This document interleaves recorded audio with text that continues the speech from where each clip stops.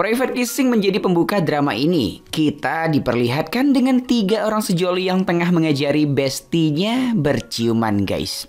Ciuman aja harus diajari. Di ciuman pertama, kalian sebagai pasangan jangan bermain lidah terlebih dahulu ya. Cukup gigit sedikit ujung bibirnya. Dan merengkan kepalanya agak 30 derajat gitulah ya. Bermainlah secara perlahan hingga kalian masuk ke tahap yang lebih panas lagi. Begitulah kata Yoon Sol, guys. Gadis yang jago berciuman. Namun hanya sebatas teori saja. Yap guys, diketahui guru kissing kita ini adalah jomblo sejati sejak orok. 나는 너랑 더한 걸 하고 싶어 하게 만드는 시그널. 나 입술이 닿고 혀가 마주하는 그 순간 혀를 감아. 그러다 딱 30도 돌아간 순간 어렸을 때부터 나는 키스를 잘하는 게 꿈이었다. Oke, sedikit flashback ke masa kecil. Saat Yoon Sol masih berumur 10 tahun, ia sudah bercita-cita menjadi kissing profesional. Ia bahkan bisa melipat pita tangkai buah ceri hanya dengan menggunakan lidahnya. Kala itu, ia memiliki sahabat bernama Hae-young. Meski masih berumur 10 tahun, namun Yoon Sol giat mengajari Hae-young berciuman, guys.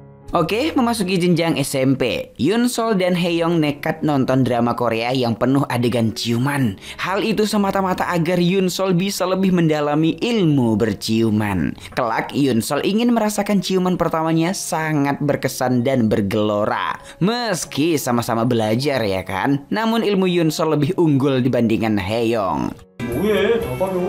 왜 저래? 소리 부르지 말려. Nah, di jenjang SMA, kita diperlihatkan dengan detik-detik Yoon Sol akan mendapatkan ciuman pertamanya dengan kakak kelas yang tampan. Namun sayang guys, Hae-young malah hadir dan mengacaukan segalanya. Hal ini tentu ya kan membuat Yoon Sol murka. Ditambah lagi, kala itu terlihat bibir Hae-young yang cemong bekas lipstick. Karena Hae-young baru saja siap bercumbu dengan gadis cantik di semak belukar. By the way guys, ini bukan yang pertama kalinya Hae-young menggagalkan ciuman pertama untuk Yoon Sol. Sementara Hae-young sendiri malah menjadi cowok gampangan yang sering bercumbu sana-sini. Secara tidak langsung, Hae-young mendapat pengalaman intens tentang dunia perciuman. Dan ilmunya pun kini berada di atas Yoon Sol. 지 혼자 갑자기 경험치를 쭉쭉 쌓아가긴 했다. 그 다음부턴 고백받고 연애하고. Di ayunan taman itu guys, Hae-young minta maaf pada Yoon Sol karena ia selalu menggagalkan ciuman pertamanya. Bukan tanpa alasan, hal itu karena Hae-young tak ingin Yoon Sol mendapatkan ciuman pertama dari pria sembarangan. Ia pun berjanji akan mengenalkan pria baik-baik pada Yoon Sol. Dan jika itu sudah terjadi, Hae-young tak akan pernah menghalangi Yoon Sol berciuman lagi. Janji jari kelingking pun mereka lakukan saat itu. 야, 아까 걔는 진짜 아니야. 너 그런 애랑 첫 키스를 하고 싶냐? 진짜 친구야, 친구. Sejak saat itu guys, Yoon Sol dan Hae-young pun beralih profesi sebagai guru berciuman. Mereka kerap berdebat tentang tata cara ciuman yang baik dan benar. Yoon Sol sang ahli ciuman dalam teoritis, melawan Hae-young yang telah banyak pengalaman ciuman secara langsung. Namun sayang, murid mereka justru tak yakin dengan ilmu yang diberikan Yoon Sol dan Hae-young. Bagi mereka, ilmu yang diberikan oleh akun Kiss Master di media sosial jauh lebih logis dan menggairahkan. Mendengar itu sobat, Yoon Sol pun senyum-senyum sendiri. Yap guys, ternyata Yoon Sol adalah orang di balik akun Kiss Master tersebut. Oke, kita kembali ke masa kini. Kini Yoon Sol dan Hae-young telah dewasa dan tetap bersahabat. Hae-young sudah memiliki pacar bernama Jinju, sedangkan Yoon Sol tetaplah jomblo sejati. Di bar tempat Hae-young bekerja, Yoon Sol pun mengajari Hae-young cara ciuman secara tunggal. Emang bisa? Cukup emut marshmallow di ujung bibir. Maka kamu akan merasakan sensasi ciuman yang sesungguhnya. Hal ini tentu membuat Hae-young takjub. Bagaimana mungkin Yoon Sol yang tak pernah ciuman sama sekali bisa mendapatkan metode ciuman tunggal seperti ini? Selanjutnya, Hae-young pun bercerita bahwa malam ini ia akan kencan dengan Jinju pacarnya. Ia mengharapkan kado spesial di jam 12 malam nanti, karena esok ia akan berulang tahun. Mendengar itu, Yoon Sol pun ikut senang karena sang sahabat akan mendapatkan malam yang panas di hari ulang tahunnya. Selain itu, Hyun Sol juga akan bersenang-senang dengan teman-temannya di bar Haeyoung sampai puas. Tak lama berselang, teman-teman Hyun Sol pun tiba di bar. Mereka bercengkrama dengan riang gembira dan ditemani banyak alkohol.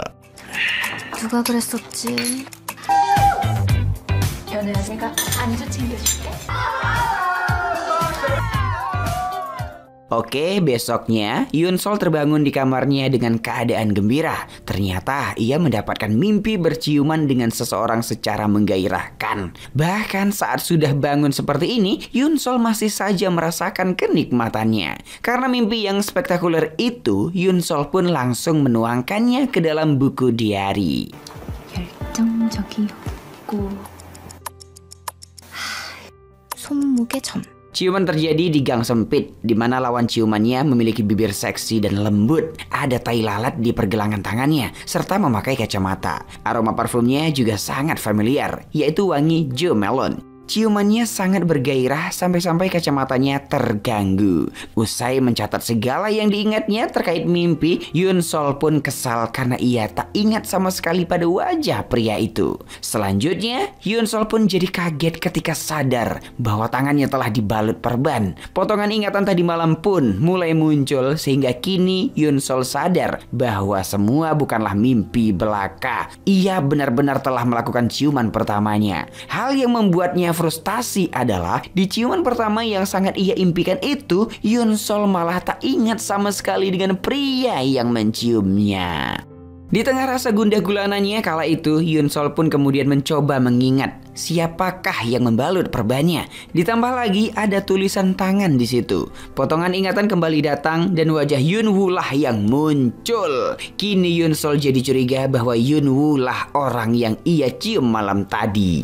Demi mengingat kejadian tadi malam secara lebih akurat, Hyun Sol pun meminum kopi. Namun tentu saja hasilnya nihil. Ia kemudian bertanya kepada Do Hyun, teman sekamarnya. Do Hyun, bantu aku untuk mengingat kejadian tadi malam. Apakah kau tahu mengapa tanganku bisa diperban seperti ini? Katanya guys. Do Hyun mengatakan bahwa ia tak tahu apa-apa karena sebelum jam 12 malam, ia sudah pulang duluan bersama pacarnya. Namun Do Hyun menambahkan bahwa ada video yang menunjukkan Hyun Sol lagi menari memamerkan perban di tangannya. Hyun Sol pun semakin frustasi karena tak kunjung mengingatnya.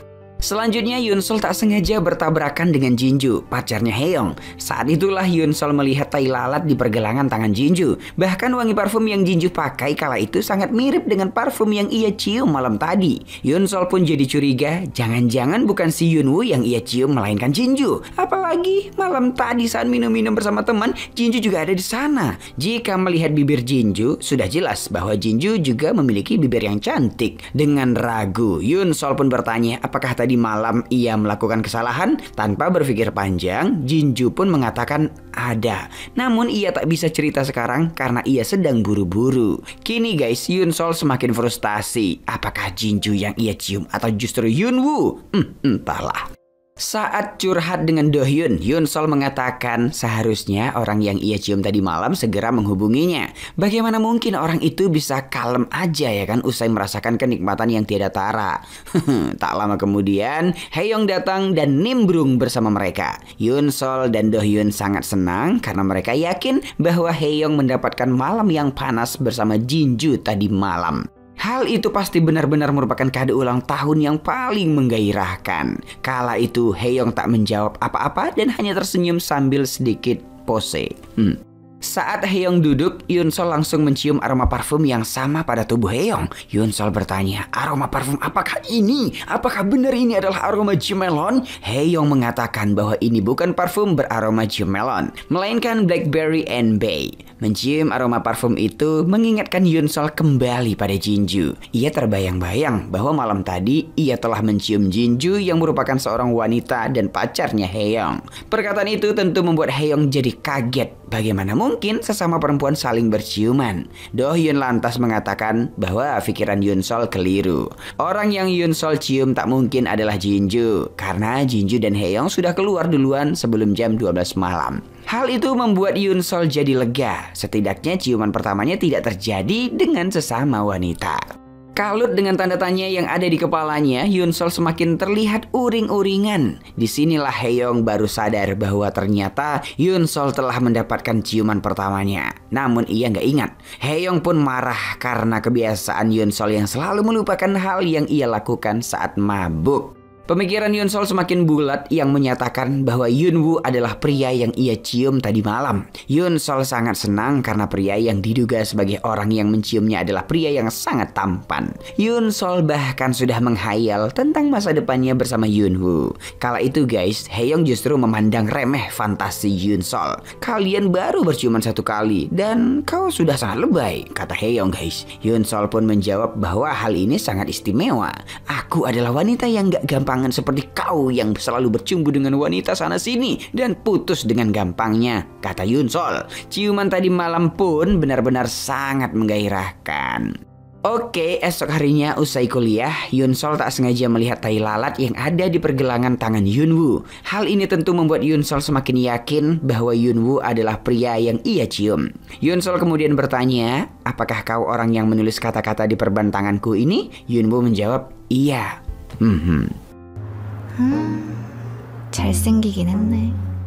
Selanjutnya guys, Hyun Sol, Do Hyun dan juga Yunwoo makan bersama di kantin. Kala itu dengan polosnya, Do Hyun bertanya kepada Yunwoo, apakah kau jago dalam berciuman? Alih-alih menjawab pertanyaan Do Hyun, Yunwoo justru mengatakan, apakah kita jago berciuman atau tidak? Hal itu harus ditanyakan langsung pada lawan ciuman kita. Hal ini dikatakan Yunwoo sambil menatap Hyun Sol. Dan tentu saja membuat Hyun Sol jadi semakin yakin bahwa itu adalah kode keras yang mengisyaratkan bahwa Yunwoo adalah pria yang diciumnya malam itu.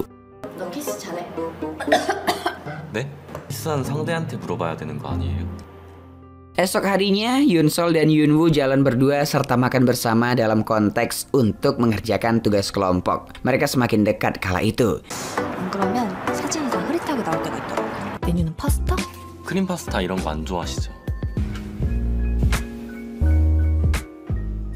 Hyun Sol lalu memuji tentang perban yang dibalutkan di tangannya oleh Yunwoo yang terlihat sangat rapi. Namun Yunwoo justru mengatakan bahwa bukan dirinya yang membalut perban tersebut, melainkan adalah Taesung. Ia hanyalah orang yang menuliskan kalimat semangat di perban itu. Potongan ingatan Hyun Sol kembali hadir dan kala itu memperlihatkan bahwa benar Taesung lah yang membalutkan perban tersebut. Hyun Sol panik dan langsung mengecek ponselnya dan mendapati ada pesan dari Taesung yang dikirimkan malam itu namun telah dihapus. Hyun Sol juga ingat bahwa bukan hanya tai lalat di pergelangan tangan, bibir yang lembut dan juga wangi parfum yang menjadi ciri-ciri pria tersebut. Ada ciri-ciri lain yaitu pria tersebut terlihat memakai kacamata. Secara kebetulan Taesung adalah pria berkacamata. Hal ini membuat Hyun Sol jadi curiga bahwa Taesung adalah orang yang ia cium malam itu. Kini guys, tersangka baru telah ditemukan dan membuat Hyun Sol jadi semakin bingung. 안경? 술, 안경. Esok harinya, Hyun Sol tak sengaja kembali bertemu dengan Taesung dan ia melihat ada tai lalat di pergelangan tangan Taesung. Hal ini tentu saja memperkuat dugaan Hyun Sol terhadap Taesung bahwa Taesung adalah pria malam itu. Hyun Sol pun kemudian berlari dan menghindari Taesung. Di taman, Hyun Sol curhat kepada Haeyoung. Ia bertanya apakah tahap selanjutnya yang harus ia lakukan usai berciuman. Tak hanya itu, Hyun Sol juga frustasi karena pria tersebut mungkin saja adalah Taesung, pria yang sama sekali bukan tipenya dan tidak good looking. Hal yang membuat Hyun Sol sangat kepo dengan pria yang menciumnya malam itu adalah karena ciumannya yang begitu berkesan. Dengan kata lain, Hyun Sol sangat puas dengan ciuman tersebut. 기분이었다. 그냥 확 모르는 척 해버릴까? Malam harinya guys, Hyun Sol memberanikan diri berjumpa dengan Taesung. Dengan gelagapan, Taesung pun mengungkapkan perasaannya bahwa sebenarnya ia ingin bicara dengan Hyun Sol usai kumpul-kumpul waktu itu. Hal ini membuat Hyun Sol semakin curiga bahwa Taesung adalah pria yang menciumnya dan ingin mengutarakan cintanya. Namun tiba-tiba Taesung malah mengatakan bahwa ia malu untuk meminta uang sewa rumah kepada Hyun Sol. Padahal ia butuh uang itu. 아무래도 아닌 거. 안 보내. 네? Mendengar hal itu, Yoon Sol pun jadi senang karena ternyata Taesung bukanlah ingin menyatakan cinta, melainkan hanya meminta uang sewa. Dengan senang hati, Yoon Sol pun langsung membayar lunas uang sewa rumah tersebut. Usai membayar uang sewa, Yoon Sol bertanya tentang tai lalat yang ada di pergelangan tangan Taesung dan ternyata itu bukanlah tai lalat melainkan hanya noda spidol. Hal ini semakin memperkuat keyakinan Yoon Sol bahwa Taesung bukanlah pria tersebut. Usai keluar dari rumah Taesung, Yoon Sol tak sengaja berjumpa dengan Yoon Woo yang memakai kacamata. Yoon Woo mengatakan bahwa ia terkadang memang memakai kacamata jika saat diperlukan saja. Hal ini menjadi poin penting yang membuat Yoon Sol yakin hampir 100% bahwa Yoon Woo adalah pria tersebut. 어떻게 너 맞는 거지? 아까 쓰고 있다 벗는 거 깜빡했다. Nah, Yoon Sol dan Yoon Woo kemudian lanjut ngobrol ke bar tempat Haeyoung bekerja. Saat masuk ke fase serius di mana terlihat momen detik-detik Yoon Woo akan menyatakan cinta kepada Yoon Sol, tiba-tiba wajah Yoon Sol terlihat panik karena ia merasakan ada air terjun yang mengalir yang menandakan bahwa ia sedang datang bulan. Yoon Sol jadi takut bahwa Yoon Woo akan melihat noda merah di celananya dan menjadi ilfil. Agar nggak ketahuan ya kan guys, Yoon Sol pun mengaku dirinya mulai mabuk dan ingin meminum susu coklat. Ia meminta Yoon Woo membelikannya ke minimarket agar ia punya waktu untuk mengganti celananya. Saat Yoon Woo beranjak pergi, tiba-tiba ia dicegat oleh Haeyoung dan mengatakan bahwa Yoon Woo tak perlu membelikan susu coklat dan segera pulang saja. Dirinya lah yang akan mengurus Yoon Sol yang merasa mabuk ini. Tak ada yang perlu dikhawatirkan karena ia adalah sahabat Yoon Sol. Haeyoung bahkan sempat menambahkan kalimat, pulang saja Nat. Nanti jika kau lebih dekat dengan Yoon Sol, kau akan berterima kasih kepadaku. Percayalah. Mendengar itu, Yoon Woo pun pasrah dan pergi dari sana. Usai Yoon Woo pergi, Yoon Sol pun menukar celananya yang terkena noda merah karena datang bulan. Saat itu Haeyoung juga memberikan pil pereda nyeri. Yoon Sol sangat berterima kasih kepada Haeyoung yang sangat peka bahwa dirinya sedang datang bulan di hari pertama.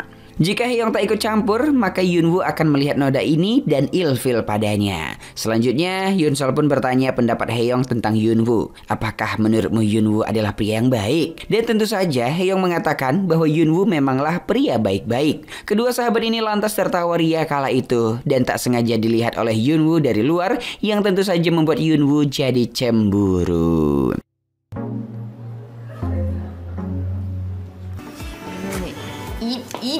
진짜.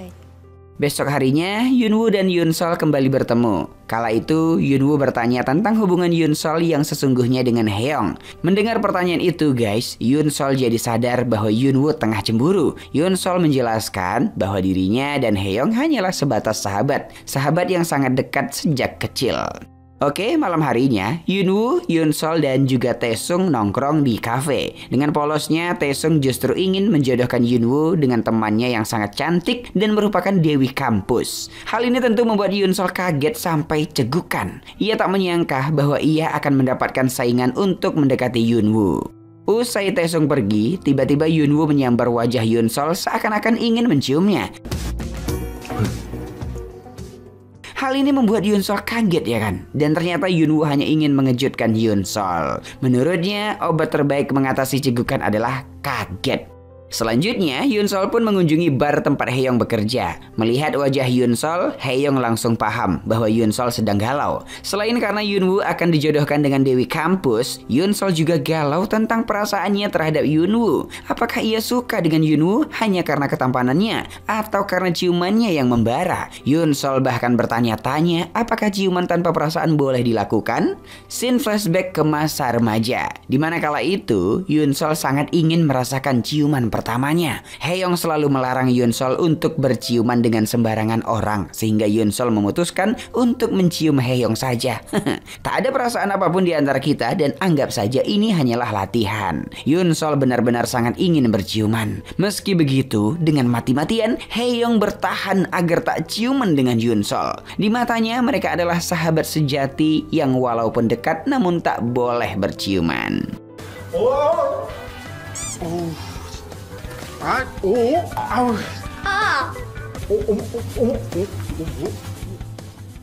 Selain itu, Haeyoung juga menambahkan bahwa ciuman pertama dan selanjutnya harus Yunsol lakukan dengan orang yang sangat ia cintai, karena ciuman harus dilakukan dengan hati.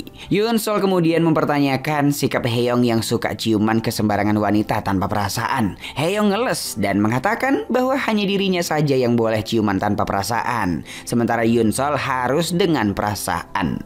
Oke, kita kembali ke masa kini. Tiba-tiba guys, Yunsol dihampiri oleh Yunwoo yang ternyata telah menolak perjodohan yang dilakukan Taesung. Yunwoo mengatakan bahwa ia tak bisa mengikuti perjodohan itu karena ia telah suka pada orang lain sambil melihat Yunsol. Hal ini seolah-olah mengisyaratkan bahwa orang yang disukai Yunwoo adalah Yunsol. 좋아하는 사람이 있다고. Yunwoo kemudian mengantarkan Yunsol pulang ke rumahnya. Di tengah kondisi yang setengah mabuk, Yunsol mengatakan bahwa ia sangat ingin mencobanya sekali lagi. Sebuah ciuman yang membara. Tanpa persetujuan apapun, Yunsol langsung melahap bibir Yunwoo.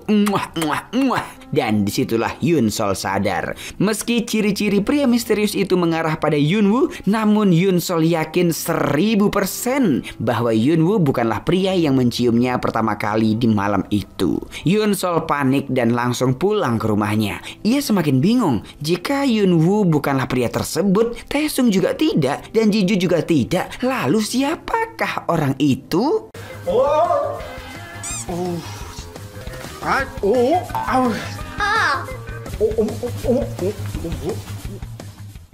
한 번만 기회를 주라.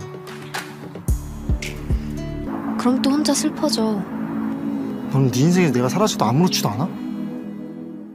Yunsol curhat kepada Dohyun terkait dugaannya yang salah tentang Yunwoo. Dohyun lantas bertanya, bagaimana kau bisa mengetahui bahwa Yunwoo bukanlah pria tersebut? Yunsol kemudian mengatakan bahwa meskipun ia mabuk, ia ingat dengan jelas bagaimana sensasi ciuman pertamanya dengan pria misterius tersebut. Hal itu sangat panas dan bergelora, di mana lidah mereka saling sambut menyambut dan terbelit-belit guys. Bahkan saking nikmatnya, Yunsol masih bisa merasakannya saat bangun tidur. Hatinya begitu berdebar-debar dan sangat puas. 아까도 취했었어. 근데 술이 확 깨는 거 있지? 혀로 달리기 경주하는 줄 알았다니까.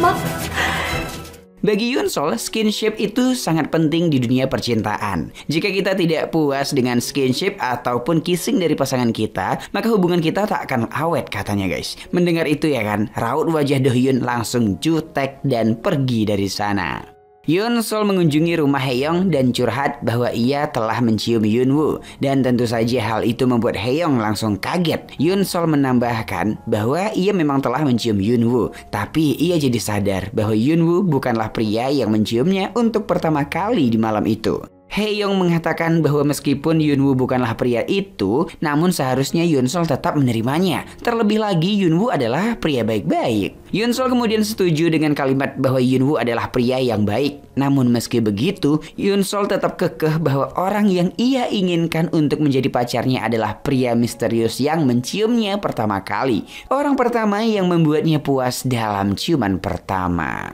Esok harinya guys, kita diperlihatkan dengan kebucinan Dohyun bersama pacarnya yang kita sebut saja bernama Joko. Kala itu Dohyun dan Joko membahas tentang hal yang akan mereka lakukan selama ulang tahun Dohyun yang akan berlangsung sebentar lagi. Dohyun mengatakan bahwa ia hanya ingin menghabiskan waktunya sepanjang hari bersama Mas Joko. Mereka tampak begitu bahagia dan saling mencintai. Saat Yunsol dan Haeyoung jalan bersama, Yunsol sempat bertanya hal apa yang menjadi hadiah Haeyoung saat ulang tahun kemarin dari Jinju. Apakah Haeyoung benar-benar mendapatkan malam yang panas dan menggelora bersama Jinju? Kala itu guys, Haeyoung hanya mengatakan bahwa itu rahasia. Berhubung sebentar lagi ulang tahun Dohyun, Yunsol dan Haeyoung pun berencana membelikan hadiah yang bisa dijadikan senjata untuk membuat malam yang panas bersama Joko. Dan mereka pun langsung pergi ke toko pakaian dalam. Tanpa berpikir panjang, Yunsol langsung memilih pakaian dalam yang sangat seksi di matanya. Saat itu guys, pelayan toko malah salah paham dan mengira bahwa Yunsol lah yang akan memakai pakaian dalam tersebut. Melihat tubuh Yunsol dengan remeh, pelayan tersebut malah mengatakan bahwa Yunsol tak cocok memakai pakaian dalam ini. Ukurannya sangat tidak pas untuk gunung kembar Yunsol yang kecil. Melihat bahwa sahabatnya dihina karena memiliki gunung yang kecil dengan sok keren ya kan, Haeyoung pun mengatakan bahwa pakaian dalam ini sangat pas untuk Yunsol. Aku adalah pacarnya dan aku telah mengukur gunung kembar pacarku menggunakan tanganku sendiri secara berkali-kali. Katanya gitu guys. Aku sangat yakin ukuran tersebut sangat pas untuknya. Berhubung pelayanan di sini sangat buruk, kurasa kami nggak jadi membelinya. Mereka pun kemudian pergi dari sana. Di luar, baik Yunsol maupun Haeyoung sangat geli dengan kejadian tadi. Yunsol tak menyangka bahwa Haeyoung akan berpura-pura menjadi pacarnya. Bahkan mengatakan telah mengukur gunung kembar miliknya. Mereka pun tertawa terbahak-bahak kala itu guys. 가자. 야, 나도 싫어. 뭐 한 거야? 미친. Oke, beberapa hari kemudian, Yunsol dan Haeyoung mengadakan surprise ulang tahun untuk Dohyun. Ketika Dohyun membuka kado yang diberikan Yunsol, dia pun langsung kesal. 아니라고. Dohyun bercerita bahwa di hari ulang tahunnya ini, ia memang menghabiskan waktu sepanjang hari bersama Mas Joko. Mereka bahkan sempat-sempatnya pergi ke hotel. Sayang seribu sayang, ternyata ekspektasi tak sesuai realita. Baru 1 menit masuk hotel, mereka sudah keluar lagi. Hah, kok bisa? Hal ini karena belum sempat bercocok tanam, mereka sudah lemas duluan. Aduh Mas Joko, belum masuk kok udah cerot. Gimana sih? Mendengar itu ya kan, Yunsol mengatakan bahwa itu wajar karena Dohyun dan Joko sama-sama baru pertama kali bercocok tanam ya kan. Namun Dohyun semakin frustasi dan mengatakan bahwa malam ini bukanlah yang pertama kalinya mereka mencoba ski di pop-up guys. Yap, sudah sering sekali mereka mau bercocok tanam, namun selalu gagal karena keburu lemas. Hal yang sangat membuat Dohyun khawatir bukanlah perihal ranjang, melainkan karena ia takut Mas Joko meninggalkannya karena tak puas. Oh, begitu. Yunsol berkata bahwa cinta yang dimiliki Joko untuk Dohyun sangat meluap-luap. Begitupun sebaliknya. Melihat cinta kalian yang begitu besar, skinship yang tak memuaskan bukanlah hal yang akan memisahkan mereka. Mendengar perkataan itu keluar dari bibir Yunsol, membuat Haeyoung dan Dohyun jadi kesal. Hal ini tentu saja karena omongan Yunsol yang tak sesuai dengan realitanya. Faktanya, Yunsol adalah orang yang mementingkan skinship di atas cinta. Yunsol pun hanya bisa salah tingkah kala itu. Esok paginya, Dohyun kembali bertemu dengan Joko. Dengan gugup, Dohyun bertanya tentang pendapat Joko terkait hubungan ranjang mereka. Joko lantas tersenyum kecil dan mengatakan bahwa ia pacaran dengan Dohyun bukan karena urusan ranjang, melainkan karena ia sangat cinta dan nyaman dengan Dohyun. Ia tak akan pernah meninggalkan Dohyun hanya gara-gara urusan ranjang. Mendengar itu, Dohyun pun jadi lega. Mereka berdamai dengan kekurangan mereka masing-masing dan akan tetap mencintai satu sama lain. Mantap banget. Di rumah, Yunsol dan Haeyoung memasak mie untuk sarapan. Saat itulah Haeyoung baru mengatakan bahwa sebenarnya di malam ulang tahunnya tersebut, Haeyoung dan Jinju telah putus. Kabar ini tentu saja membuat Yunsol kaget dan tak menyangka bahwa Haeyoung menyembunyikannya selama ini. Dengan lesu, Haeyoung kemudian mengatakan bahwa ini pertama kalinya ia diputusin oleh wanita. Biasanya dirinya lah yang memutuskan. Adapun alasan Jinju memutuskan Haeyoung adalah karena ciuman Haeyoung yang tak memuaskan Jinju. 뭐? Saat ingin makan guys, uap panas pada mie tak sengaja menerpa kacamata Yunsol sehingga menciptakan embun.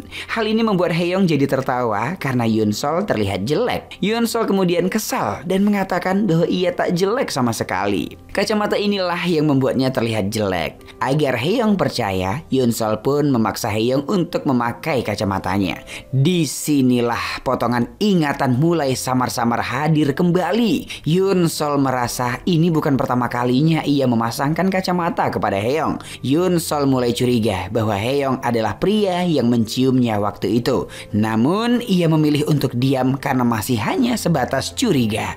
Kini Haeyoung masuk dalam salah satu tersangka pria yang menciumnya kala itu. Terlebih beberapa ciri-ciri juga ada pada Haeyoung seperti kacamata yang ia pasangkan, parfum yang ia kenakan, bibir yang cantik dan lembut, serta tai lalat di pergelangan tangan. 뭐해? 빨리 먹어. Esok harinya guys, Yoon Sol tak sengaja bertemu dengan Yunwoo. Yoon Sol tak bisa menghindar lagi. Dan kali ini mereka lanjut jalan bersama sambil melanjutkan tugas dari dosen. Di sanalah Yoon Sol tak sengaja melihat Jinju bersama pria lain. Yoon Sol jadi curiga bahwa Jinju memutuskan Haeyoung bukan karena ciuman yang tak enak, melainkan karena Jinju telah berselingkuh. Yoon Sol pun secara perlahan mulai memata-matai Jinju. Melihat tingkah Yoon Sol yang aneh, Yunwoo pun mengatakan, "Kenapa adik menghindari sejak ciuman waktu itu?" Selanjutnya, Yunwoo bahkan mengutarakan cintanya kepada Yoon Sol. Yunwoo menyadari bahwa ia telah jatuh cinta dengan Yoon Sol usai ciuman kala itu. Dan tentu saja hal itu membuat Yoon Sol kaget serta panik kelabakan. Karena Yunwoo telah jujur akan perasaannya, Yunwoo pun bertanya apakah Yoon Sol juga menyukainya. Dengan spontan, Yoon Sol langsung mengatakan, tidak, aku gak suka sama kau. Dan pergi dari sana dia guys.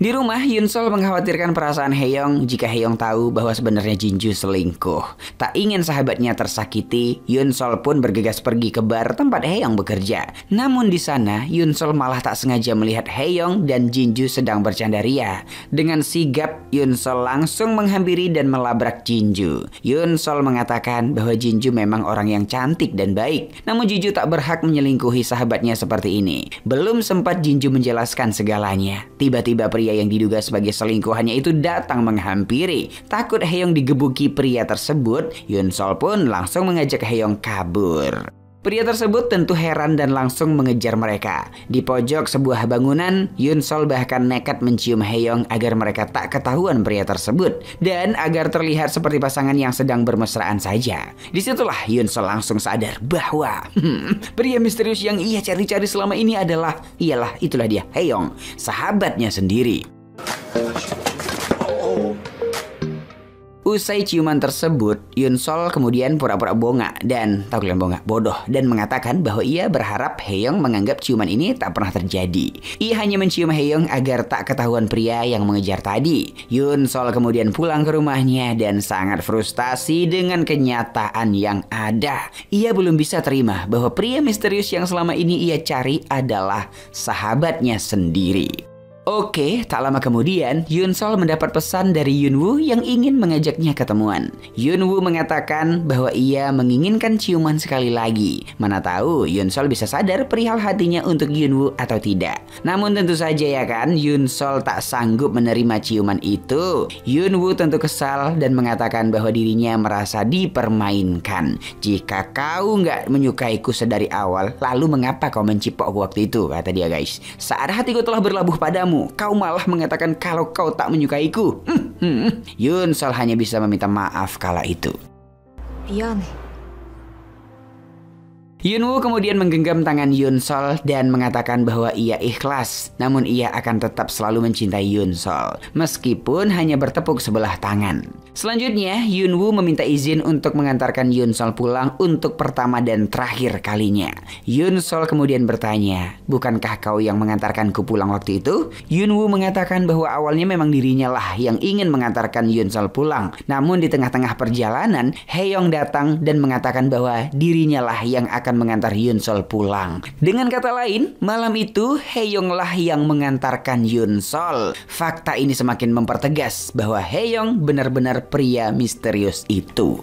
Esok harinya dengan terburu-buru dan dicampuri dengan pikiran yang amburadul, Yoon Sol berlari dan menghampiri tempat Haeyoung bekerja. Ia mengatakan bahwa ia ingin memastikan sesuatu. Ia kemudian memasangkan kacamata untuk Haeyoung dan langsung menciumnya. Saat itulah segala ingatan dan teka-teki selama ini terpecahkan guys. Yoon Sol ingat dengan jelas bahwa benar Haeyoung lah pria yang ia cium malam itu. Bukannya senang karena telah menemukan pria misterius tersebut, Yoon Sol malah marah-marah. Ia kesal karena Haeyoung menyembunyikan fakta ini darinya. Ia malu karena terlihat seperti orang bodoh yang mencari siapa pria tersebut. Padahal orang itu adalah sahabatnya sendiri. Oke guys, mari kita flashback sedikit ke malam saat kejadian tersebut ya. Saat malam kumpul-kumpul itu, Haeyoung dan Jinju memang telah keluar dari bar sebelum jam 12 malam. Di luar, tepat jam 12 malam, di mana Haeyoung memasuki hari ulang tahunnya, Haeyoung meminta hadiah kepada Jinju, yaitu sebuah ciuman yang panas. Bukannya mendapat cipokan ya kan, Jinju justru memutuskan Haeyoung malam itu. Wow, ternyata Jinju telah sadar bahwa selama ini orang yang disukai Haeyoung bukanlah dirinya, melainkan Yoon Sol. Sol. Hal itu dapat Jinju nilai dari sikap Haeyoung kepada Yoon Sol. Nah, usai diputuskan tersebut, Haeyoung pun menjumpai Yoon Sol di sebuah lorong. Haeyoung curhat kala itu bahwa ia habis diputusin Jinju dan mengatakan bahwa alasannya adalah karena ciumannya yang tak enak. Meski Jinju telah mengatakan bahwa orang yang di hati Haeyoung adalah Yoon Sol, namun bagi Haeyoung itu tidaklah benar. Haeyoung masih belum sadar dengan perasaannya kepada Yoon Sol.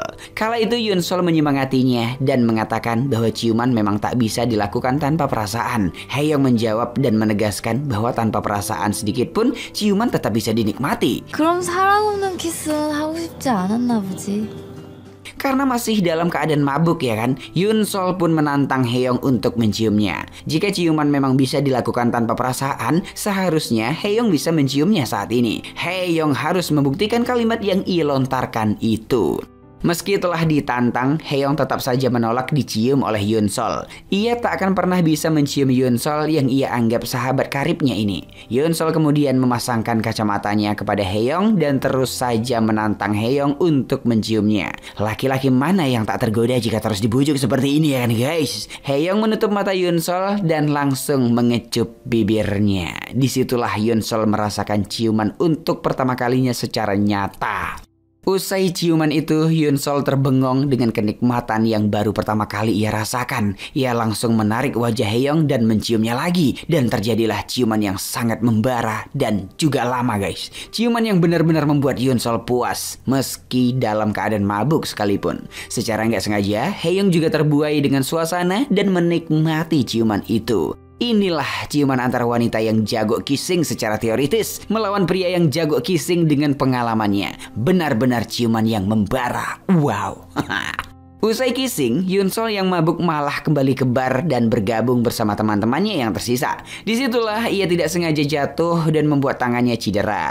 Taesung lah yang langsung memperbankan tangan Yoon Sol. Sementara Yoon Woo yang menuliskan kata-kata semangat. Saat Yoon Woo ingin mengantarkan Yoon Sol pulang, ia dicegat oleh Haeyoung. Dan Haeyoung mengambil alih untuk mengantarnya pulang. Oke, kembali ke masa sekarang ya. Yoon Sol yang kesal karena Haeyoung tak pernah cerita selama ini justru dibantah oleh Haeyoung. Haeyoung mengatakan bahwa ia tak pernah diberi kesempatan untuk menceritakan segalanya karena Yoon Sol yang terus-terusan menduga bahwa pria tersebut adalah orang lain. Ditambah lagi, Yoon Sol sendirilah yang mengatakan untuk tak menganggap ciuman itu terjadi di saat mereka berciuman untuk menghindari selingkuhan Jinju. Mendengar itu, Yoon Sol pun jadi sadar bahwa itu memanglah cara terbaik agar pertemanan mereka tetap terjaga. Yoon Sol kembali menegaskan, oke, aku akan menganggap bahwa ciuman di antara kita tak pernah terjadi dan kita nggak boleh membahas hal ini lagi. Yoon Sol pun pergi dari sana. Di rumah, Yoon Sol tetap saja kepikiran dengan ciumannya bersama Haeyoung. Yoon Sol nekat melakukan panggilan telepon kepada Haeyoung. Namun mereka tak sanggup berkata-kata satu sama lain. Mereka sama-sama dilema dengan perasaan masing-masing. Apakah ini hanya galau karena ciuman biasa atau galau karena memiliki perasaan satu sama lain yang tak disadari? Dan mungkin saja karena takut persahabatan mereka hancur. Mereka terus mengenang masa lalu serta memecahkan teka-teki akan perasaan masing-masing.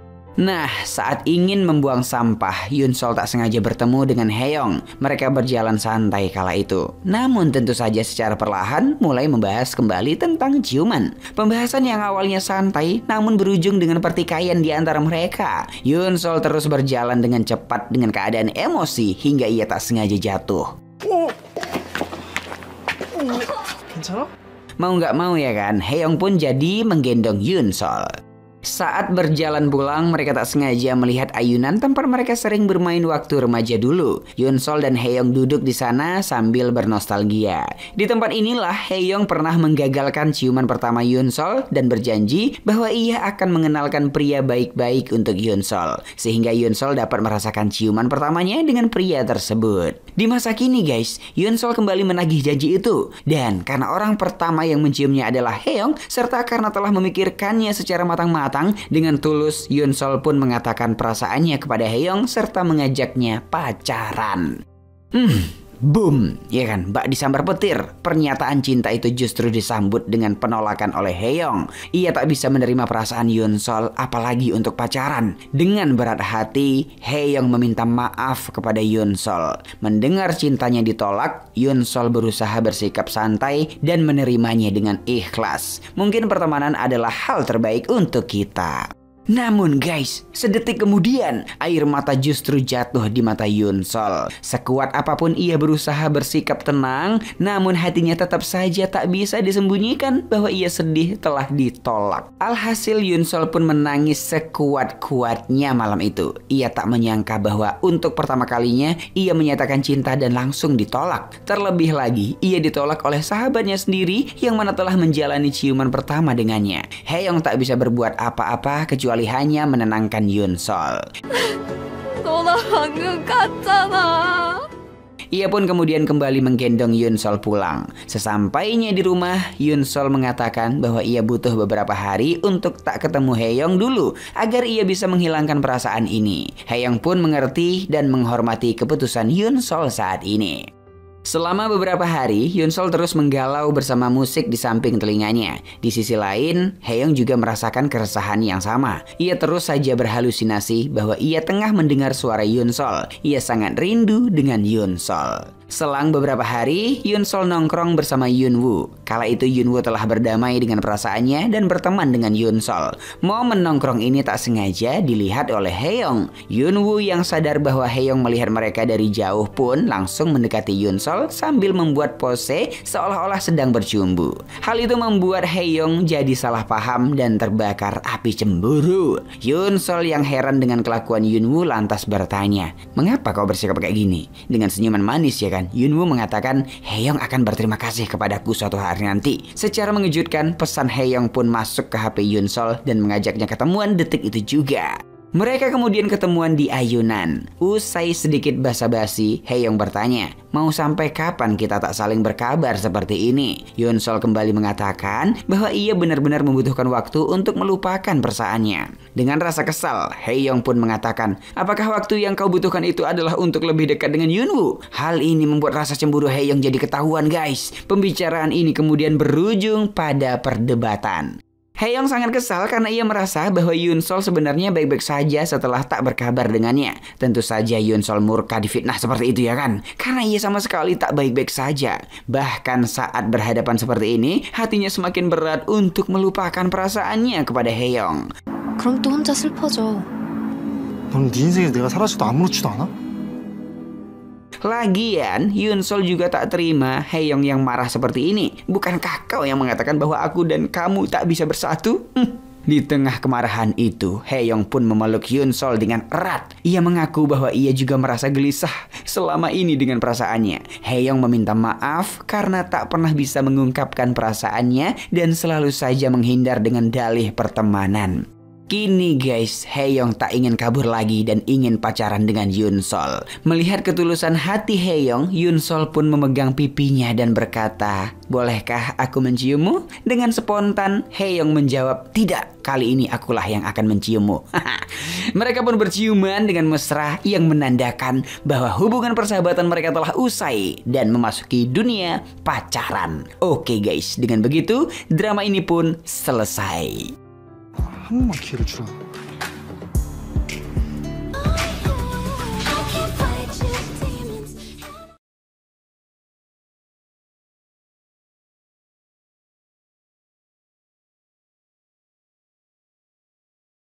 Ini adalah kisah anak pengidap autis ketika menjadi satu-satunya saksi langsung dari sebuah kasus pembunuhan. Di tengah hiruk-pikuk kota, Suho terlihat menelpon ayahnya. Ini terkait dirinya yang masih saja melajang. Suho ini dulunya bekerja di sebuah lembaga bantuan hukum sukarela untuk masyarakat miskin. Setahunan ia bekerja di sebuah firma hukum. Di tempat lain, di sekolah regulernya, gadis bernama Jiwoo menjawab pertanyaan gurunya dengan benar, meskipun ia pengidap autis. Malamnya di rumahnya, ayah Suho membahas kapan anaknya itu akan punya pasangan. Ayahnya memberikan rekomendasi wanita di lingkungan mereka untuk didekati. 이제 그만하세요. 남자도 괜찮다. 사람이면. Berita di TV menampilkan sebuah kasus pembalut beracun oleh sebuah perusahaan. Aktivis penuntut kasus perusahaan tersebut salah satunya adalah Maudi, temannya Suho. Ayahnya tak mempermasalahkan wanita itu jadi menantunya meski ia janda anak satu. Dini harinya, Jiwoo nampak mengulangi kata-kata dari tontonannya seperti biasa.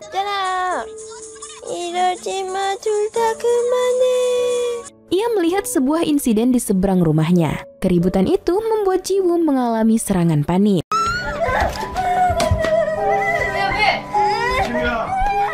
Insiden itu membuat kakek bernama Kim meninggal. Paginya, Suho diundang bosnya ke sebuah simulasi sidang kasus pembalut beracun, di mana merekalah pembela perusahaan tersebut. Suho memberi sarannya untuk membela perusahaan tersebut. Ia memang berusaha menyesuaikan dirinya dengan firma pembela kelompok beruang itu.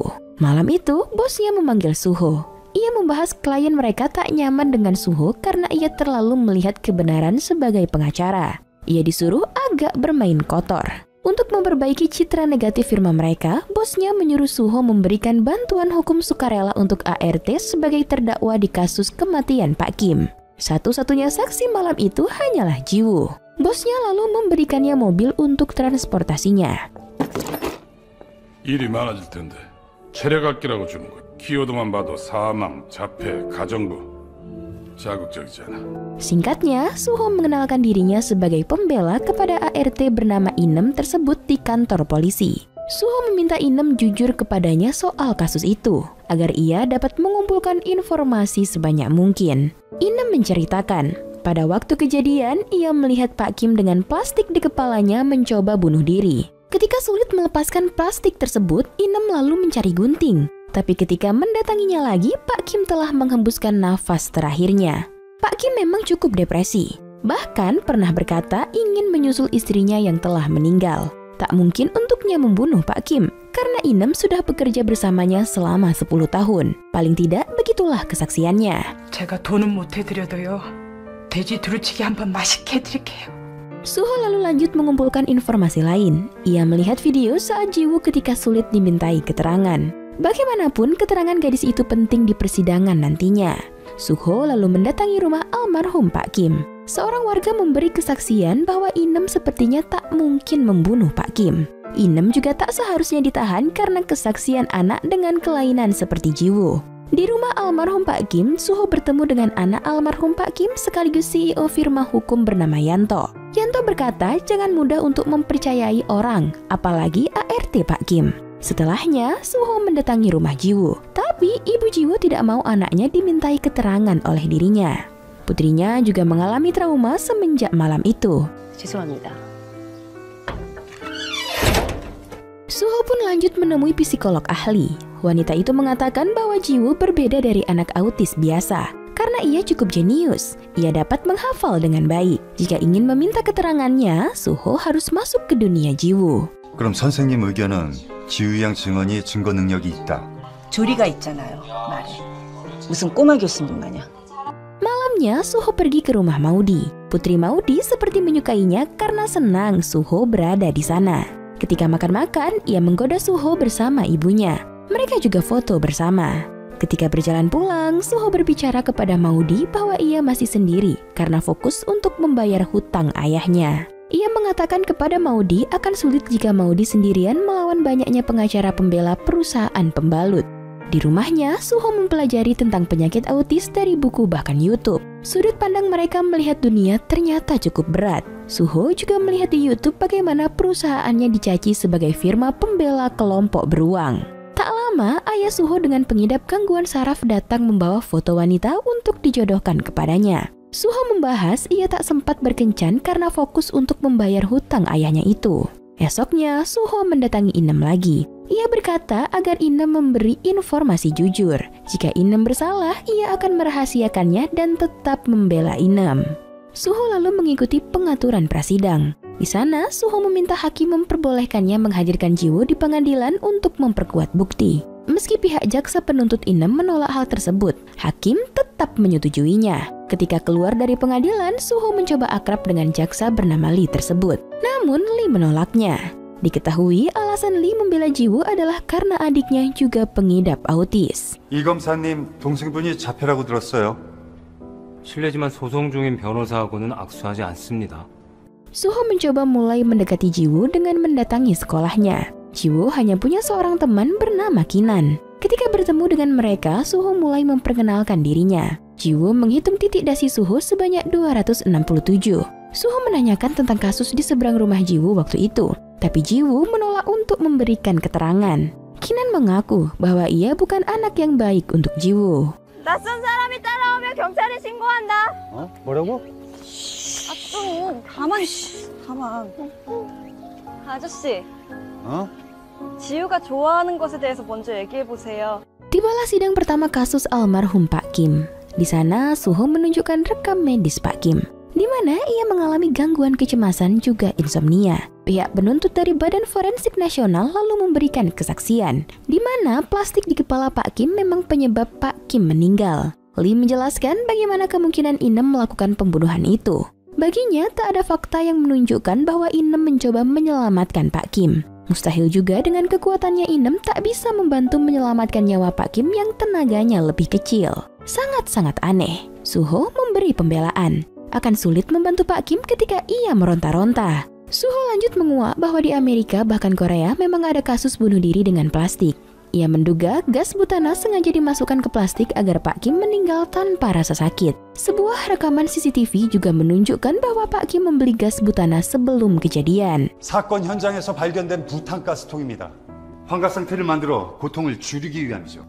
바로 비닐봉지에 부탄가스를 넣는 것입니다. Sidang ditutup dan akan dilanjutkan 2 minggu lagi. Suho membawakan buku teka-teki kesukaan Jiwoo ketika anak itu pulang sekolah. Ia memberikan teka-teki kepada Jiwoo ketika itu. Namun Jiwoo masih sungkan menjawabnya. Suho lanjut mengajak mereka makan ramen. Jiwoo makan jeli biru kesukaannya. Ketika mengantar anak itu pulang, Lee ternyata sudah berada di rumah Jiwoo. Ibu Jiwoo berkata bahwa mereka tak akan memberikan keterangan kepada Suho sebagai pembela Inem. Meski berlawanan, Lee bersama Suho berdua sepakat untuk saling menemukan kebenaran. Sementara itu, berita menunjukkan kasus pembalut beracun telah dimenangkan oleh si perusahaan. Malam itu, Suho menemui Maudi. Maudi frustasi melihat bagaimana uang bisa membayar hukum. Malam itu, Suho diundang ke pesta bosnya setelah mereka memenangkan perusahaan pembalut. Uang bayaran mereka itu digunakan untuk foya-foya. Suho masih tak menyangka melihat permainan kotor seperti itu. Bosnya berkata ia akan merekomendasikan Suho untuk jabatan yang lebih tinggi jika Suho berhasil memenangkan kasus Inem. Ini tentu ajakan bosnya untuk bermain kotor. 양별한테 때 좀 붙여볼까? Sepulang dari sana, ia berkata kepada ayahnya bahwa ia mungkin setuju untuk dipromosikan karena akan mendapatkan banyak uang untuk melunasi hutang ayahnya tersebut. 저 파트너 변호사 될 것 같아요. 돈 많이 벌면 좋은 거냐? 좋죠. Di kamarnya sebelum tidur, Suho ingin menelpon Maudi. Tapi karena Maudi masih frustasi, ia tak jadi menelpon wanita itu. Ia malah mendapat pesan jawaban teka-teki dari Jiwoo. Ia pun menelpon Jiwoo tentang benarnya jawaban tersebut. Suho lanjut mencari teka-teki lain soal penjumlahan. Jiwoo lagi-lagi memberikan jawaban yang benar. Suho mengatur jadwal agar teka-tekinya dijawab Jiwoo setiap jam 5 sore. 정답은 1, 2, 3, 4, 5입니다. 맞습니까? 딩동댕. Usaha Suho dari hari ke hari mendekati Jiwoo akhirnya ada kemajuan.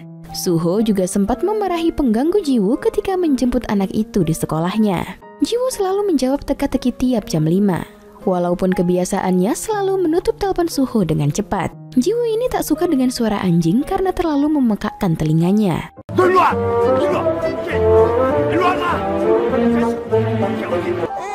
지우야. 배 짖는 소리가 너무 날카로워서 고막이 찢어지는 것 같아. Suatu hari, Suho menemui Yanto untuk menandatangani kontrak kerja barunya. Setelahnya, Suho menjemput Jiwoo ke sekolahnya. Di sana, tak terduga ia malah menemukan Kinan sedang membuli Jiwoo. Inilah alasan Kinan pernah berkata bahwa ia bukan anak baik untuk Jiwoo. Jiwoo cukup kecewa Kinan membulinya. Gangguan kecemasannya menjadi kambuh karenanya. 신혜는 친구입니다. 지우야. 괴롭히는 사람은 친구가 아니야. 지우야! 지우야! Suho lalu membawanya ke rumah sakit. Karena tak ada lagi teman Jiwoo di sekolah biasanya, Suho menyarankan kepada ibu Jiwoo agar Jiwoo dimasukkan ke sekolah khusus agar tak dibully lagi. Ibunya memberi kesaksian bahwa Jiwoo pada usia 2 tahun saja sudah bisa membaca koran. Ia jenius, berbeda dengan anak normal lainnya.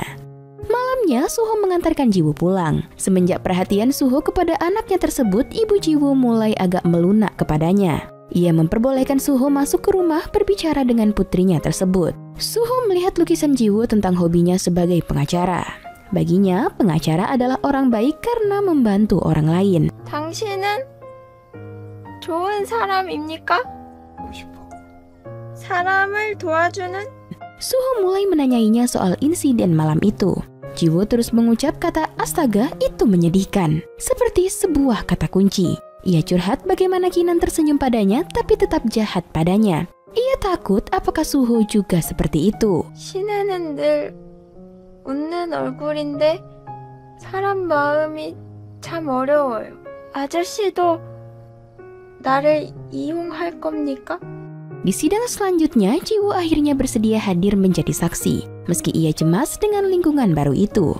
Di ruang pengadilan, Jiwoo terus menutup telinganya. Hal ini karena ia mendengar bunyi detak jarum jam sangat keras. Yap, pendengaran Jiwoo memang sangat tajam. Berbeda dengan anak lainnya. Jam tersebut kemudian dimatikan. Jiwoo mulai bersaksi bahwa ia melihat kejadian Inem membekap Pak Kim sebelum Pak Kim terjatuh dan meninggal. Inem juga tersenyum setelah membunuh Pak Kim. 할아버지를 붙잡고 쓰러뜨렸습니다. 그렇지요. Bos Suho sebagai pihak pembela Inem menyerang Jiwoo sebagai pengidap autisme, di mana anak sepertinya sudah memahami emosi orang lain, sehingga sulit mengetahui Inem benar-benar membunuh atau tidak. Suho pun melanjutkan memberi tebakan ekspresi wajah di sebuah gambar kepada Jiwoo. Lee marah karena Suho seperti menyudutkan Jiwoo. Suho malah mengatakan bahwa anak dengan kelainan mental sangat bisa salah mengartikan situasi. Sidang pun ditutup. Selanjutnya, vonis akan dibacakan 2 pekan lagi. 다른 그러니까 특별한 장애를 가지고 있는 사람이 하물며 증인과 같은 정신병을 가지고 있는 사람이 격앙되고 긴박한 상황이었습니다. Sore harinya, Suho menghitung titik dasinya. Ternyata hitungan Jiwoo 267 sebelumnya benar. Jiwoo kemudian menelpon mengungkapkan bagaimana ia kecewa dikatakan punya kelainan mental oleh Suho di persidangan. Suho menemuinya untuk meminta maaf, tapi ibu Jiwoo juga kecewa kepada Suho dan tak memperbolehkannya lagi menemui putrinya. Sidang pembacaan vonis Inem tiba. Inem dibebaskan karena hakim menilai tidak ada cukup bukti membuat Inem bersalah. Begitu sidang ditutup, Suho melihat kejanggalan di mana ada kontak mata antara Inem dengan Yanto. Di luar pengadilan, Suho merasa aneh ketika Inem mengatakan, astaga itu menyedihkan. Persis kata-kata Jiwoo waktu itu. Ketika ia bertanya kepada warga sekitar, ditemukan fakta bahwa Inem mempunyai anak angkat yang membutuhkan bantuan keuangan. Ia lanjut menelusuri jejak almarhum Pak Kim dari kegiatan sosialnya di sebuah rumah sakit anak. Kepala rumah sakit menyebut almarhum adalah donatur tetap mereka setiap tahun. Ia sempat ingin mewariskan seluruh hartanya untuk membantu anak-anak sakit yang membutuhkan dukungan finansial di sana. Ini tentu ada hubungannya dengan Inem, sebab anaknya membutuhkan dukungan finansial. Fakta lainnya, Yanto, putra Tuan Kim sangat menggilai uang. Semua itu ditemukan saling berhubungan. Keesokan harinya di sekolah, Kinan meminta maaf atas pembuliannya kepada Jiwoo. Ketika Jiwoo tinggal sendiri, Inem muncul mengintimidasi Jiwoo soal kesaksiannya di persidangan.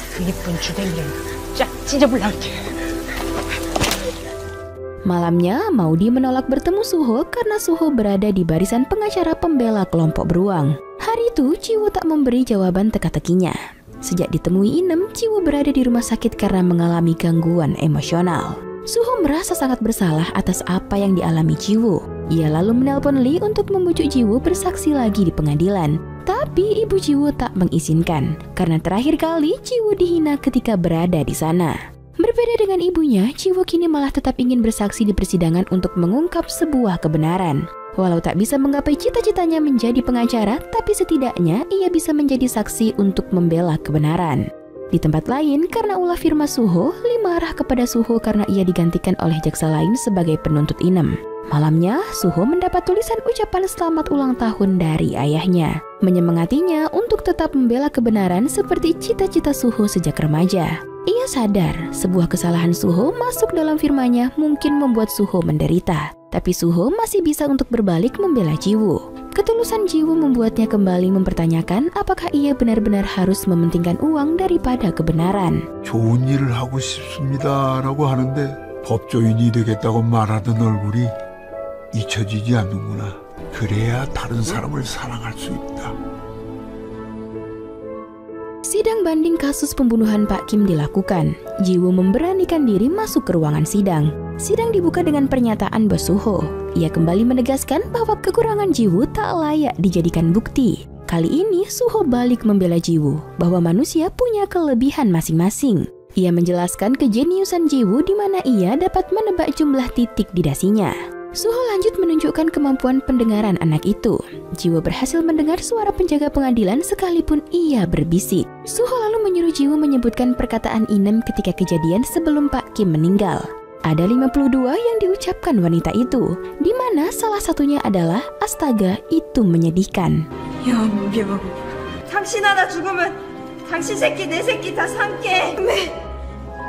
징하게 추잡스럽네. Yanto sebagai anggota persidangan ingin keluar karena merasa dirinya terancam. Tapi jaksa Lee menahan pria itu.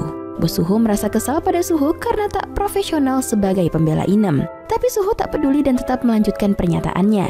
Ia memuji bagaimana Jiwoo ingin mengungkapkan kebenaran dengan menjadi saksi. Baginya, orang-orang harus memahami pengidap autis dengan baik agar dapat memahami dunia perkataan mereka. 그런데도 이 아이는 이 법정에 다시 섰습니다. 진실을 밝히기 위해서요.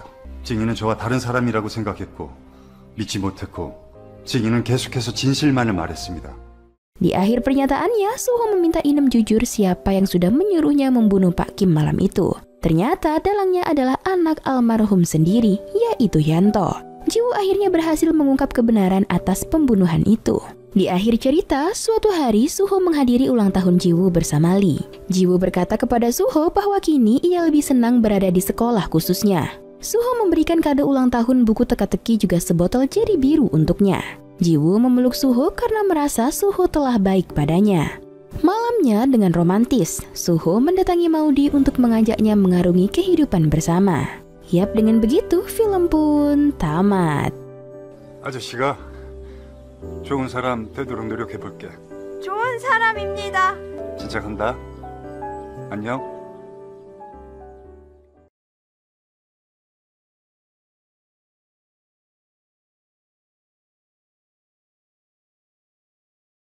Film dimulai memperlihatkan seorang wanita yang tengah menerima telepon dari seseorang di Sungai Han. Diketahui wanita itu bekerja sebagai operator garis hidup, sejenis layanan curhat melalui telepon untuk seseorang yang banyak masalah. Wanita itu dengan baik mendengarkan dan menenangkan pria di balik telepon tersebut. Ya, wanita itu ialah Baekse. Bukan perkara mudah bagi Baekse menerima kenyataan bahwa kanker pankreasnya sudah memasuki stadium 3 dan akan segera merenggut nyawanya. Ia pernah melewati fase tidak terima, marah, mencoba yakin kalau hidup sehat akan membuatnya tetap hidup, depresi, hingga akhirnya Baekse ini bisa berdamai dengan penyakitnya dan menjalani kenyataan bahwa hidupnya akan segera berakhir. Sejak kecil Baekse sudah hidup sendirian. Orang tuanya sudah meninggal dan Baekse hanya memiliki seorang sahabat bernama Suzuki. Dalam hidup Baekse yang memberinya semangat nomor 1 adalah idolanya, yaitu seorang artis bernama Ji Sol-woo, artis tampan yang dijuluki Raja Melodrama. Yap, seperti para penggemar pada umumnya, Baekse begitu tergila-gila pada Sol-woo. Seisi kamar Baekse dipenuhi foto dan barang-barang tentang Sol-woo. Setiap saat Baekse juga menonton drama yang diperankan oleh Sol-woo. Malam itu usai melihat siaran wawancara Sol-woo, Baekse jadi terbayang pasti sangat menyenangkan bisa berkencan dengan Sol-woo sang idola. Oke, keesokannya Baekse mengunjungi sahabatnya Suzuki di kuil Buddha. Sambil ngeteh, Suzuki menanyakan akan digunakan untuk apa uang asuransi kesehatan Baekse nantinya. Baekse pun menjawab saat ini di sisa-sisa hidupnya ia hanya ingin merasakan rasanya berkencan dengan Sol-woo. Suzuki menyarankan Baekse untuk menyewa menyewa Solwoo saja. Namun dengan uang 30 juta won, Solwoo hanya bisa disewa beberapa jam saja. Sedangkan Baekse ingin kencan layaknya sepasang kekasih. Nah, malamnya di kamar, Baekse pun kepikiran, jika ia tidak bisa kencan dengan Solwoo, maka minimal Baekse harus berkencan dengan pria yang wajahnya mirip dengan Solwoo. Saat itu juga Baekse membuat kontrak kencan, lalu memasang iklan di internet kalau ia sedang mengadakan casting mencari seseorang yang mirip dengan Solwoo. Keesokannya saat hari casting, dibantu dengan Suzuki, Baekse pun menyeleksi para pendaftar. Namun dari semua yang mendaftar, tidak ada satupun pria yang memenuhi kriteria Baekse. Terutama tidak ada satupun pria yang wajahnya mirip dengan Solwoo. 남친 없겠네요. 얼마면 돼? Di sisi lain, seorang pria bernama Dong Jun memiliki wajah yang sangat mirip Paul dengan Solwoo. Saat itu, ia juga tengah mengikuti casting untuk pentas teater Romeo dan Juliet. Namun, meski wajahnya sangat mirip, tapi kemampuan aktingnya sangat jauh berbeda. Meski sudah berusaha dengan keras, Dong Jun tidak bisa berakting melodrama seperti Solwoo. Alhasil ya kan guys, Dong Jun menjadi kesal. Ia selalu diminta menjadi seperti Solwoo. Ia juga jadi sangat membenci Solwoo dan juga membenci wajahnya yang sangat mirip dengan Solwoo. Sampai-sampai Dong Jun ingin operasi plastik saja agar wajahnya tidak mirip dengan Solwoo. Saat berkonsultasi biaya operasi plastik, Dong Jun terkejut guys karena biayanya sangat mahal. Dong Jun pun jadi sangat frustasi. Malam harinya di kuil, Suzuki berdoa pada Buddha agar Baekse segera dipertemukan dengan pria yang mirip dengan Solwoo. Di rumah, Dong Jun yang tengah tidur terbangun dan memutuskan mencari udara segar di tepi jembatan Sungai Han. Di sana, lagi-lagi ia melihat papan iklan yang berisikan wajah Solwoo.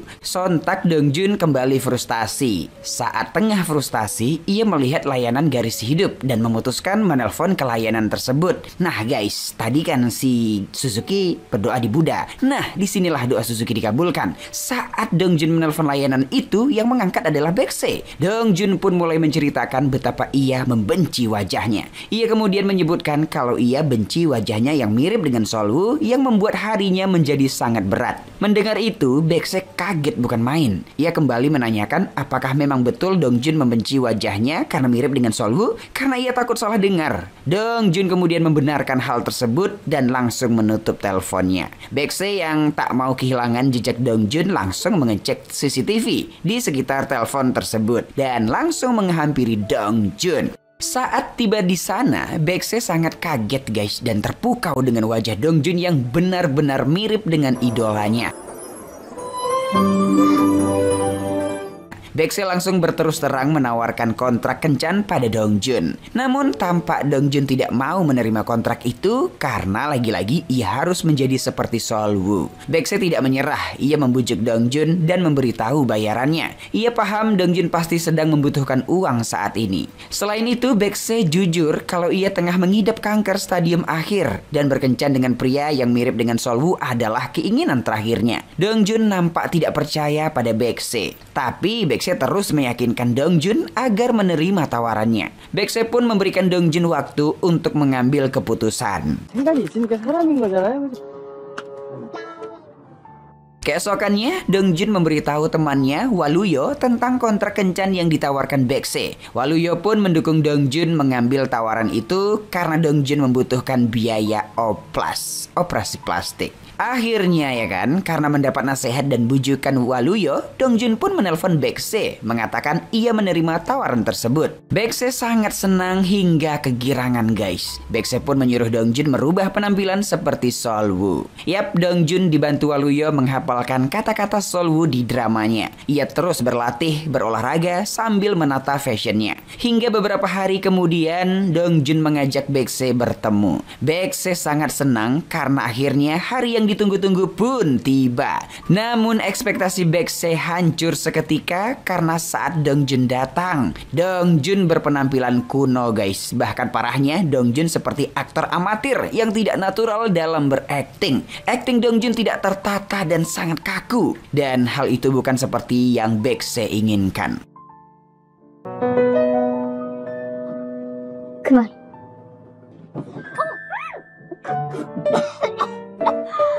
Karena kesal, Baekse pun tidak bisa menahan emosinya. Ia pun mencontohkan seperti apa akting kencan yang ia inginkan, yaitu akting dengan menggunakan perasaan.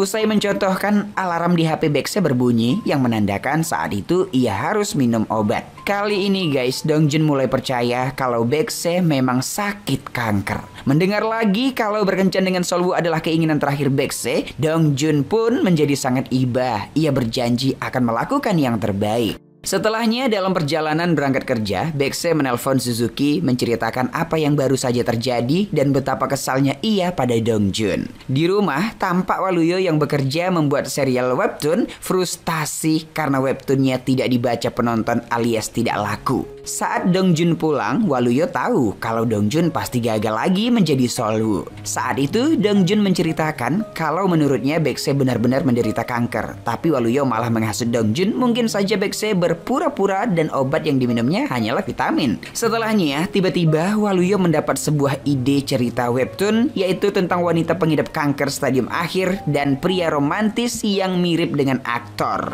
Yap, kisah itu tak lain adalah kisah Dongjun dengan Baekse. Waluyo pun memutuskan membuat webtoon tersebut. Malamnya Dongjun diam-diam mencoba menonton drama romans yang dimainkan Solwoo. Tanpa sadar air matanya menetes dan ia pun sudah mulai bisa mendalami peran sebagai Solwoo yang lembut dan penuh perasaan pada wanita. Sementara itu di kantornya, Baekse memutuskan mengundurkan diri dari pekerjaannya. Saat tengah sedih dan akan pulang ke rumahnya, di luar kantornya tampak Dongjun sudah menunggu dengan romantis guys. Yap, tak butuh waktu lama Dongjun sudah berubah menjadi lebih perfect. Tak cukup dari penampilannya, Dongjun juga sudah bisa berakting dengan penuh perasaan dan lembut. Bahkan sikapnya pada Baekse sangat natural, yaitu memberikan jaketnya pada Baekse agar tidak kedinginan. Dongjun dan Baekse lalu lanjut berkencan. Tingkah mereka berdua yang bak sepasang kekasih di drama membuat seisi bar tersebut terfokus pada mereka. Hingga larut keduanya menghabiskan waktu dengan berbagi kisah. Baekse menceritakan kehidupannya yang sudah tanpa orang tua sejak kecil. Menceritakan dirinya yang pernah diselingkuhi pacarnya dengan sahabat sendiri. Dan menceritakan kalau ia belum pernah merasakan berpisah dengan orang yang disayang di bandara. Dimana nanti orang yang disayanginya akan berlari mengejar.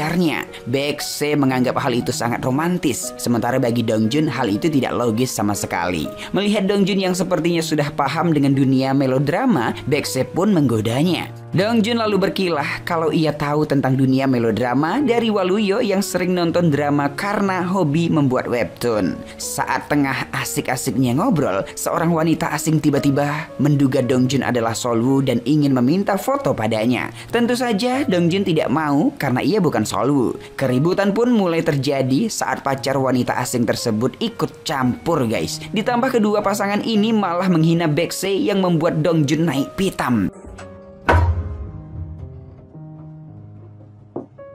Ia pun membela Baekse dengan gagahnya. Namun saat akan membawa Baekse pergi, ia malah salah menarik tangan guys, yaitu menarik tangan wanita asing itu. Alhasil Dongjun pun dihantam oleh pacar wanita tersebut.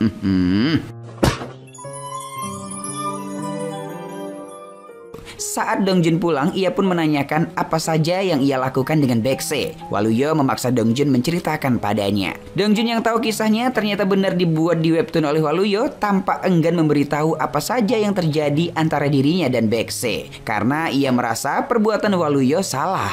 Namun karena Waluyo memaksa dan mengungkit-ungkit kebaikan yang dilakukannya dulu pada Dongjun, akhirnya Dongjun menceritakannya pada Waluyo.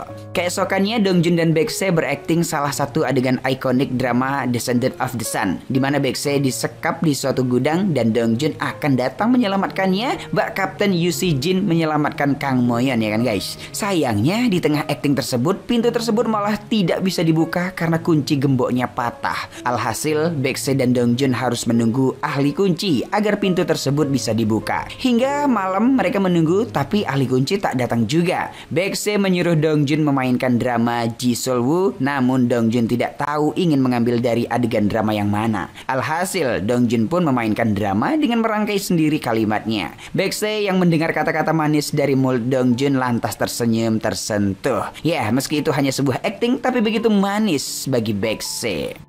Baekse pun mengakui kemampuan akting Dongjun guys. Sontak Dongjun menceritakan kisahnya saat pertama kali belajar akting, di mana ia sudah berakting sejak masih SMP. Sayang nasibnya tak seberuntung Sol-woo, di mana Sol-woo bisa dengan cepat tampil di TV. Wajah mereka yang mirip membuat ibu Dongjun mengira kalau Sol-woo adalah anaknya. Ia menceritakan pada setiap orang kalau Dongjun lah yang masuk TV. Dongjun pun menjadi incaran para wanita semasa itu. Karena kejadian itu, Dongjun menjadi benci pada Sol-woo guys. Nah, saat tengah cerita, nampak Baekse yang kian melemah karena penyakitnya. Alarm Baekse juga sudah berbunyi menandakan ia harus segera minum obat. Dongjun yang khawatir sontak berusaha sekuat tenaga agar pintu tersebut bisa terbuka. Meski tangan Dongjun sampai terluka, ia tidak menyerah. Hingga akhirnya, Dongjun pun segera membawa Baekse pulang ke rumahnya untuk minum obat. Tak lama Dongjun pun berpamitan pulang. Baekse yang melihat tangan Dongjun terluka langsung membawa Dongjun ke rumahnya agar ia diobati. Sambil mengobati luka itu, Baekse mengungkapkan kalau mengobati pria yang sudah menyelamatkannya adalah hal yang ia suka dan inginkan sejak lama. Dongjun kemudian melihat foto-foto di rumah Baekse. Ia salah fokus karena di antara semua foto yang terpajang di rumah Baekse tidak ada satupun foto Baekse guys. Baekse lantas menceritakan selama ini tidak ada seorang pun yang memfotokan dirinya. Mendengar itu, Dongjun menjadi sedih. Malamnya di sisi lain, Sol-woo yang tengah syuting dikejutkan dengan kedatangan wartawan yang meminta keterangannya terkait foto-foto kencannya. Sol-woo tentu mengatakan itu bukan dirinya. Namun sang wartawan seperti tidak percaya karena pria dalam foto itu sangat mirip dengan Sol-woo. Yap guys, kencan yang dilakukan Dongjun dan Baekse mulai memantik permasalahan. Keesokan harinya tampak Baekse berdandan sangat cantik. Diketahui sebelum mereka kencan, Baekse akan datang melihat latihan Dongjun di pentas teater Romeo dan Juliet. Saat melihat sesi latihan pertunjukan itu, Baekse pun kaget karena ternyata Dongjun tidak berperan sebagai Romeo seperti dugaannya. Namun Baekse tampak tetap bangga pada Dongjun. Kemudian Dongjun tampak akan menemui Baekse di suatu malam. Saat itu ia membawa kamera dan memotret Baekse yang berada di seberangnya. Baekse tampak tersipu malu namun bahagia. Hingga tiba-tiba saja Baekse mendapat kabar dari Suzuki kalau ada webtoon yang kisahnya persis seperti yang selama ini ia lakukan dengan Dongjun. Yang berbeda dan yang paling membuat Baekse kecewa, karakter perempuannya digambarkan seperti wanita yang buruk, menyedihkan, bahkan setengah gila. Baekse sangat sedih melihat webtoon itu guys. Lalu Baekse sangat yakin kalau pembuat webtoon tersebut pasti Waluyo, teman Dongjun yang dulu pernah diceritakannya. Baekse pun langsung marah-marah pada Dongjun yang menghampirinya. Ia menanyakan apakah memang dirinya orang yang menyedihkan. Dengan berat, Dongjun pun mengiyakan pertanyaan tersebut.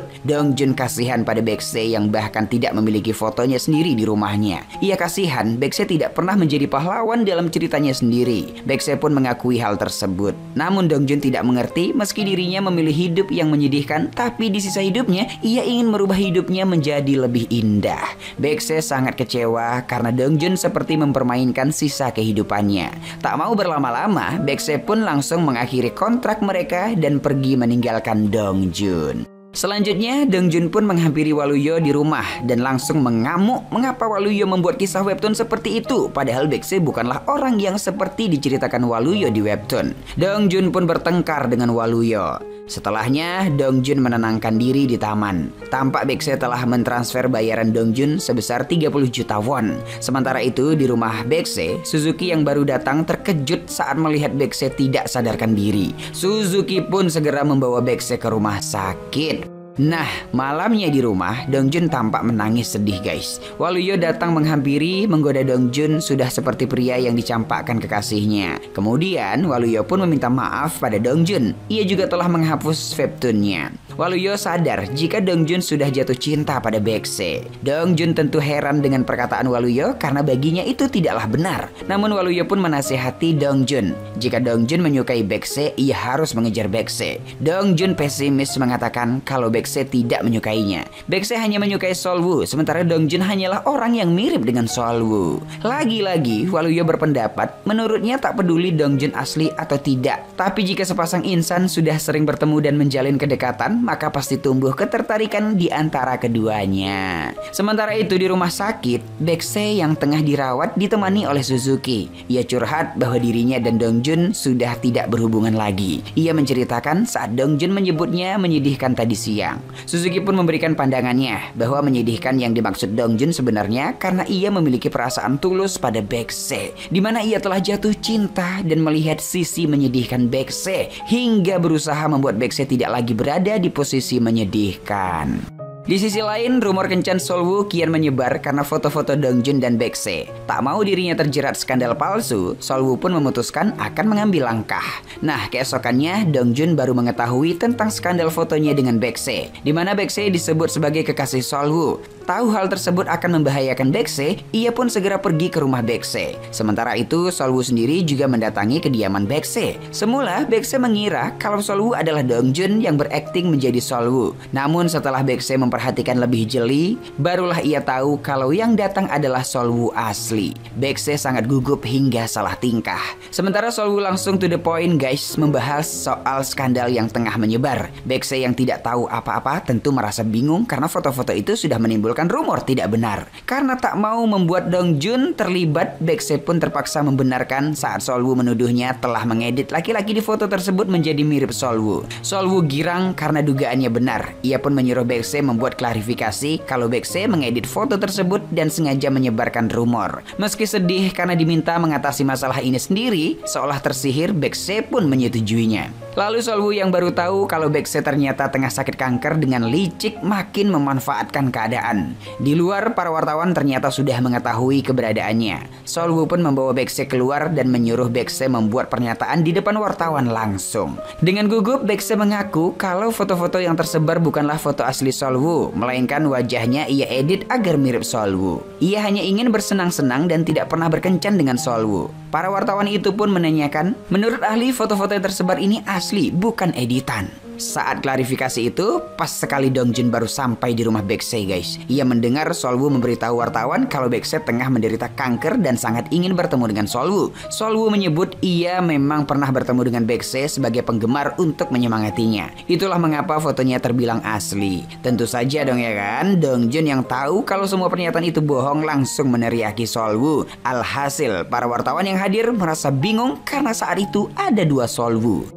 Di depan para wartawan, Dongjun pun mengungkapkan kalau semua pernyataan Solwoo adalah kebohongan. Selama ini Solwoo tidak pernah menemui Baekse. Orang yang ada di balik foto itu adalah dirinya yang tengah berpura-pura menjadi Solwoo. Baekse cemas dan menyuruh Dongjun pergi saja. Namun Dongjun enggan pergi dan dengan tulus mengatakan tak peduli ia dianggap asli atau palsu, Dongjun akan selalu berada di sisi Baekse.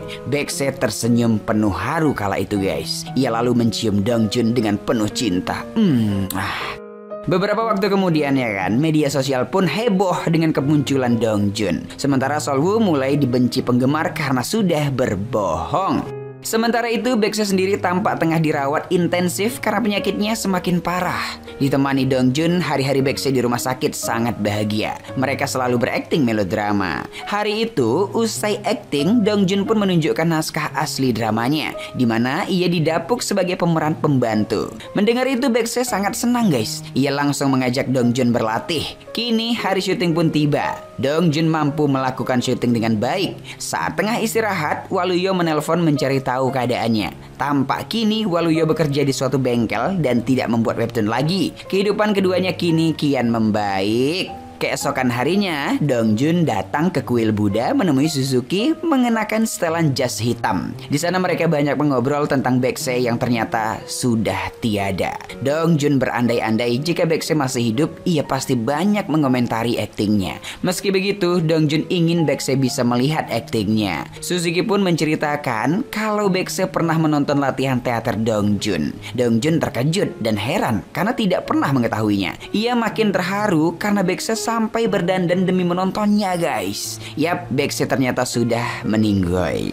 Beberapa waktu berlalu, Dong Jun makin serius berkiprah di dunia akting. Hari itu ia mampir ke Sungai Han karena tengah rindu dengan Baekse. Saat itu guys, tiba-tiba ada yang menghampirinya mengaku sebagai fansnya dan ingin meminta tanda tangan. Dong Jun sangat senang karena kini orang-orang sudah mengenalnya sebagai Yoon Dong Jun, bukan Solwoo. Yap, dengan begitu cerita pun selesai.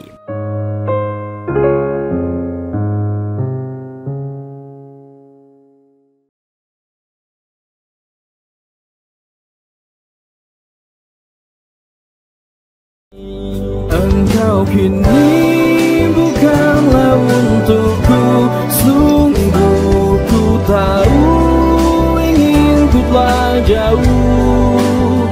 Cukup sudah kau lupakanlah masa-masa itu, saat dulu aku di hatimu.